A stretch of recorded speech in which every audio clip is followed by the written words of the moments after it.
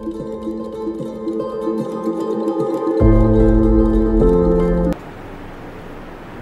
Event होता है जिसे हम कहते हैं मिंटो मॉर्ले रिफॉर्म्स, और इसका दूसरा नाम है इंडियन काउंसिल एक्ट 1909। एक था इंडियन काउंसिल एक्ट 1861, ठीक है, ये है इंडियन काउंसिल एक्ट 1909।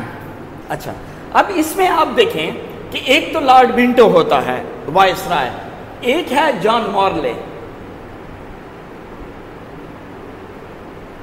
ये secretary of state of India होता है,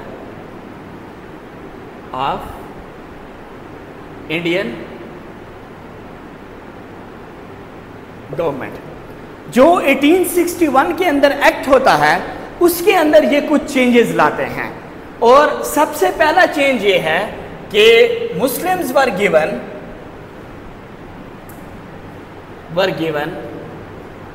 राइट ऑफ सेपरेट इलेक्टोरेट। जो उन्होंने डिमांड की थी शिमला डेपुटेशन के टाइम, ठीक है, वो अब उनको ऑफिशियली सेपरेट इलेक्टोरेट का हक दे दिया। दूसरा रिफॉर्म ये था इंक्रीज्ड नंबर ऑफ इंडियंस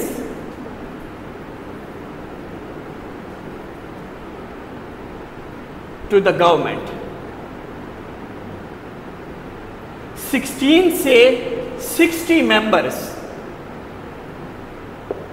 उन्होंने कर लिए। मतलब इंडियंस जो मुस्लिम्स और हिंदूज थे उनकी रिप्रेजेंटेशन को और नंबर्स को ज़्यादा कर लिया। इसके नतीजे में SP Sinha became first Indian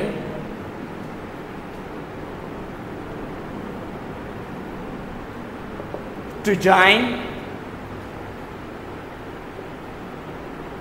Viceroy's Executive Council। Viceroy का एग्जेक्टिव काउंसिल जो थी उसमें इससे पहले कोई इंडियन शामिल नहीं था। तो 1909 में पहली दफ़ा एसपी सिन्हा, ठीक है, एक हिंदू मेंबर था, इसको शामिल कर दिया गया। लेकिन अगर आप देखें कि रियल पावर जो थी रिमेन्ड इन ब्रिटिश कंट्रोल।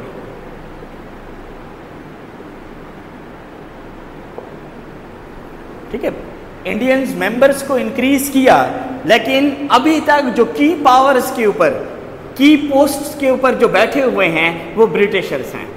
जो डिसीजंस लेते हैं, जो लॉ बनाते हैं, जो लॉ को इन्फोर्स करते हैं, वो अभी तक भी ब्रिटिशर्स हैं।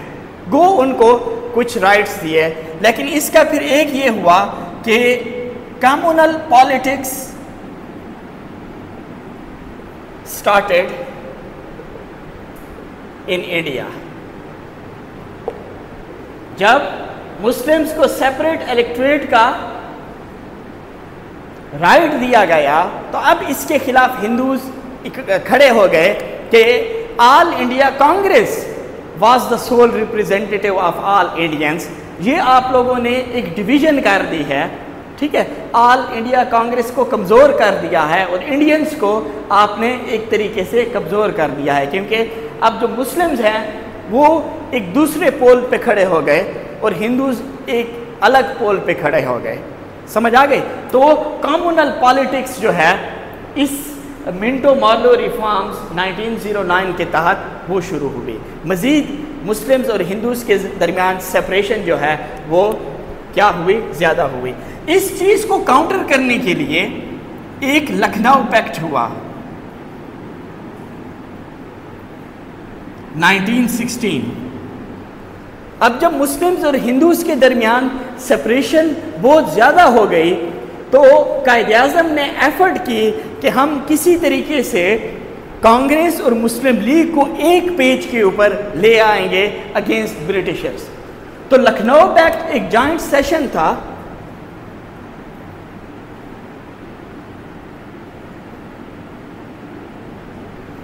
a joint session led by Muhammad Ali Jinnah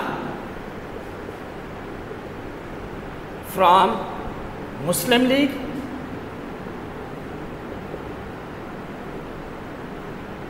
and other Congress members.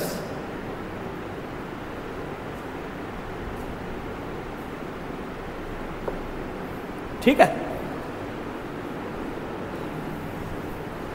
Muslim league और कांग्रेस का पहली दफा एक जॉइंट सेशन होता है लखनऊ में 1916 में, और इसमें जो हिंदूज हैं वो सेपरेट इलेक्टोरेट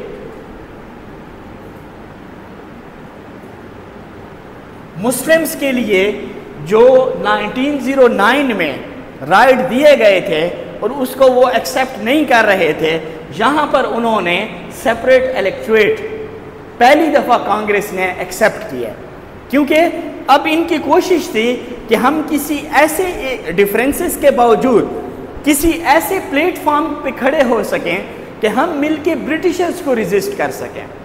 तो इसके लिए ज़रूरी है कि हमने आपस में कुछ इख्तलाफात जो है वो ख़त्म करने होंगे। ठीक है, तो यहाँ पर कायद आज़म को ambassador of Hindu Muslim unity का टाइटल दिया गया।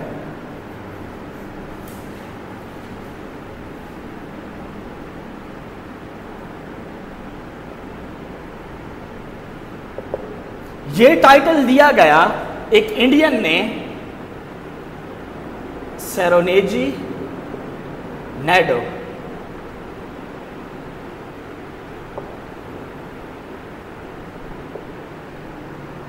कायद आज़म को ambassador of Hindu Muslim unity का दिया गया कि उसने एक कोशिश की कि कांग्रेस और मुस्लिम लीग एक पेज के ऊपर आ जाए।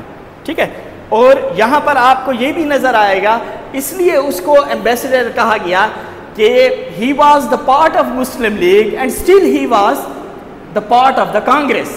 1916 में 20 में वो कांग्रेस से निकलता है, तो चूंकि ये दोनों पार्टीज का मेंबर था तो इसने एक एफर्ट की मुस्लिम्स और हिंदूज के दरमियान डिफरेंसेस ख़त्म करने की।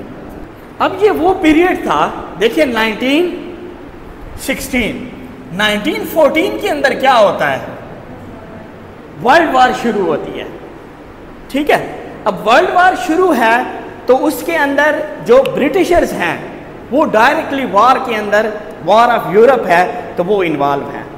ठीक है, तो अब इन्होंने कहा कि अगर हम इकट्ठे होते हैं किसी एक पेज के ऊपर तो हम ब्रिटिशर्स को प्रेशराइज कर सकते हैं कि ऑलरेडी वो एक जंग में है। ठीक है, तो अगर हम मिलकर कोई डिमांड्स करें तो वो ज़रूर पूरे करेंगे।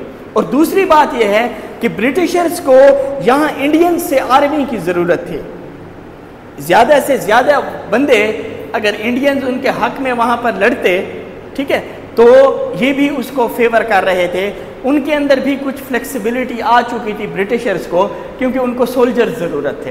तो इस हवाले से ये एक एफर्ट की गई कि हम यूनाइट होकर ब्रिटिश के अगेंस्ट कोई काम कर सकें या अपनी डिमांड्स जो हैं वो मनवा सकें। तो ये था लखनऊ पैक्ट 1916। उसके 1919 में एक इवेंट होता है, उसे कहते हैं Montag कैल्म्सफोर्ड reforms.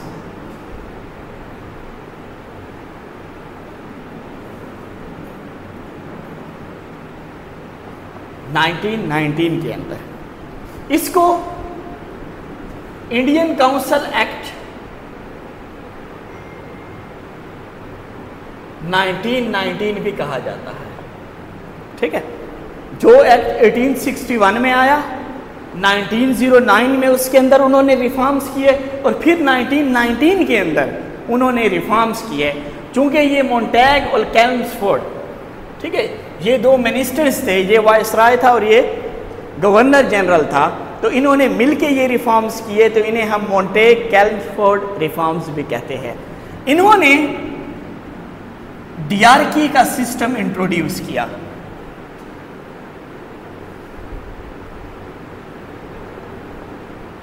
In the subcontinent, in the provinces. Diarchy mean dual rule.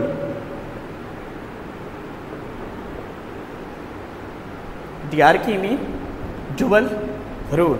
अब इसमें ऐसा था कि प्रोविंस के अंदर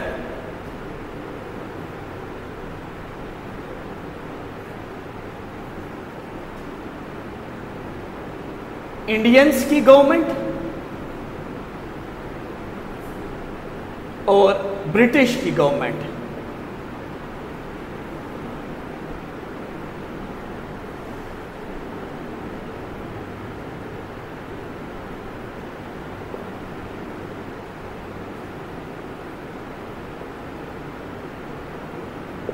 अब उन्होंने कहा कि 3 सेक्टर्स में जो मिनिस्टर्स होंगे वो इंडियंस होंगे। हेल्थ, एजुकेशन और एग्रीकल्चर जो है वो किसी भी प्रोविंस के अंदर जो इंडियन मिनिस्टर्स होंगे, मुस्लिम्स और हिंदूज, वो मैनेज करेंगे। हेल्थ, एजुकेशन और एग्रीकल्चर। और ब्रिटिश मिनिस्टर्स के पास क्या होगा? Finance, police, defence, budget, law and order. ठीक है, ये चीज़ें जो हैं किसी भी प्रोविंस में ये ब्रिटिश मिनिस्टर्स संभालेंगे, और जो इंडियन मिनिस्टर्स हैं हेल्थ, एजुकेशन और एग्रीकल्चर, ये चीज़ें संभालेंगे। ठीक है, लेकिन अब यहाँ पर देखें कि अगेन जो रियल पावर है वो ब्रिटिशर्स के पास है, और इन चीज़ों के अंदर भी अगर वो कोई लॉ बनाते तो तब भी वो ब्रिटिशर्स का इन्फ्लुएंस ही होता। तो एक तरीके से लिमिटेड ऑटोनॉमी दी गई, और दूसरा इसमें यह किया गया कि प्रोविंशियल ऑटोनॉमी दी गई।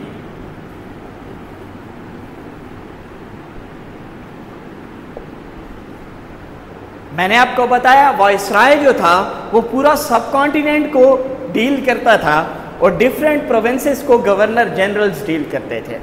तो अब उन्होंने कहा कि जितने भी प्रोविंसेस हैं वो एक तरीके से ऑटोनोमस हैं, उनको गवर्नर जनरल ही देखेगा और वो अपने तरीके से उसको रूल करेगा।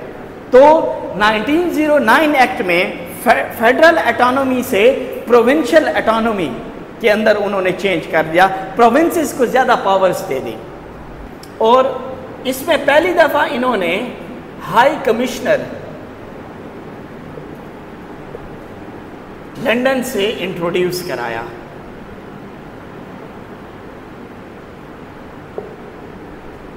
जिस तरीके से एम्बेसडर्स होते हैं, ठीक है, एक कंट्री के दूसरे कंट्रीज में, तो अब पहली दफ़ा 1919 में लंदन से हाई कमिश्नर जो होगा वो भी सब कॉन्टिनेंट में एक हाई कमिश्नर का तैनात होना भी ज़रूरी था।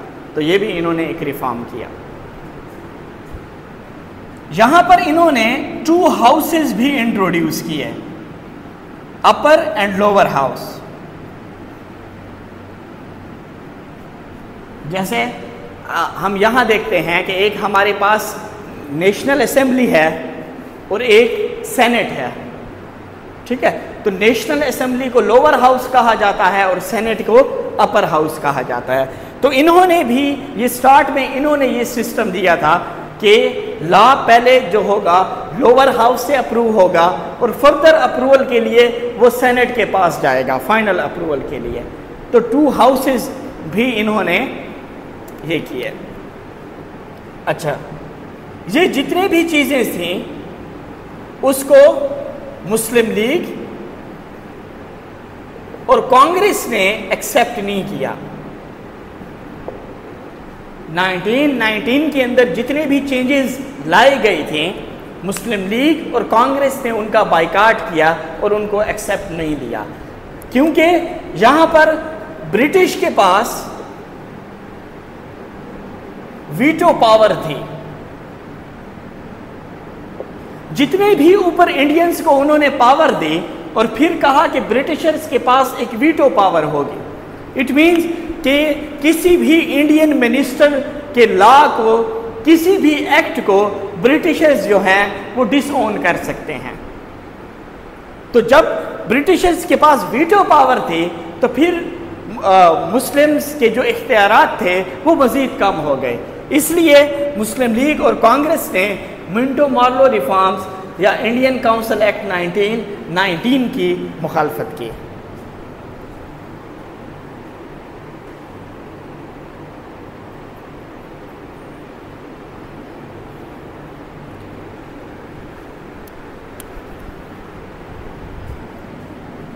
नाइनटीन 1919 के अंदर एक दूसरा वाकया होता है, जलियांवाला बाग।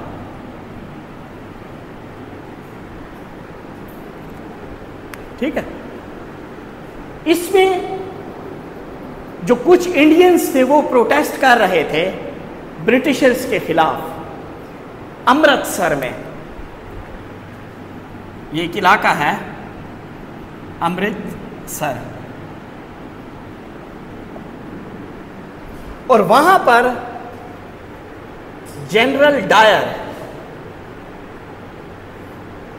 एक ऑफिसर था, उसने उस प्रोटेस्ट के ऊपर गोलियां चलाई और 1000 से ज़्यादा बंदे जो थे इंडियंस जो पीसफुली वहाँ पर प्रोटेस्ट कर रहे थे उनकी वहाँ पर डेथ हो गई। तो ये एक अगेन एक ब्रेक थ्रू था इंडियंस और ब्रिटिशर्स के दरमियान। ठीक है, मज़ीद यहाँ पर इनकी टेंशन्स और पॉलिटिकल अवेकनिंग जो है वो ज़्यादा हुई कि हर तरीके से ब्रिटिशर्स ने उनको सप्रेशन में रखा हुआ है। और इतना बड़ा इवेंट कि एक बंदा अगर प्रोटेस्ट कर रहा है तो ब्रिटिशर्स ने अपने आप को इतनी पावर्स दी हुई थी कि उनके ऊपर गोलियां चला दी। ये एक इंसिडेंट था जलियांवाला बाग इंसिडेंट अमृतसर में, जिसमें जनरल डायर ने तकरीबन 1000 इनोसेंट इंडियंस जो थे उनके ऊपर गोलियां चलाई और उनको मारा। तो ये कुछ पॉलिटिकल इवेंट्स थे 1861 से लेकर 1919 तक, जो कि शेप कर रहे हैं मुस्लिम पॉलिटिकल स्ट्रगल को, कि किस तरीके से उन्होंने अपनी यहाँ पर आइडेंटिटी बनाई, नेशनलिज्म को अवेक किया, कैसे वो पॉलिटिकली एक्टिवेट हुए, पॉलिटिकल पार्टीज बनाई, किसी तरीके से वो गवर्नमेंट के अंदर उन्होंने रिप्रेजेंटेशन ली, और कौन कौन सी स्ट्रगल्स जो कर रहे हैं जो 1947 में एक अलहदा कंट्री पर एंड होती है।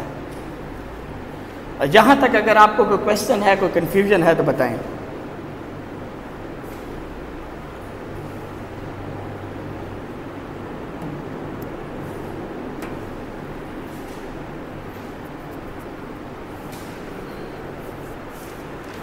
देख लें एक नज़र, अगर कहीं पर कोई चीज़ आपको समझ नहीं आई है, और ये आप सीक्वेंस वाइज चलेंगे तो तब ये आपको चीज़ें याद रहेंगी, इसको स्किप नहीं करना है, क्योंकि एक इवेंट जो होता है वो दूसरे इवेंट का आउटकम होता है।